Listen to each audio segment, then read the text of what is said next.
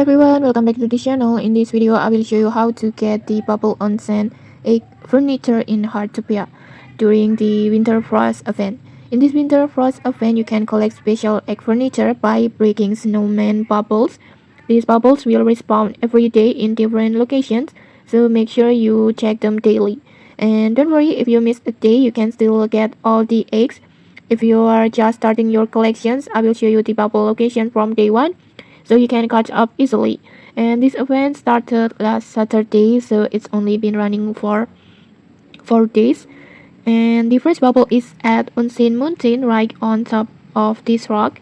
It doesn't appear in this video because I already broke it earlier. And the second bubble is located in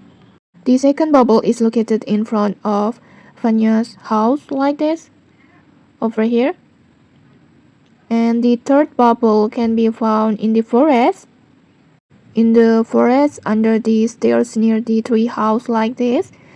And then for the fourth bubble, with its today's locations, is near the deer tower over here, like this bubble. And then just broke it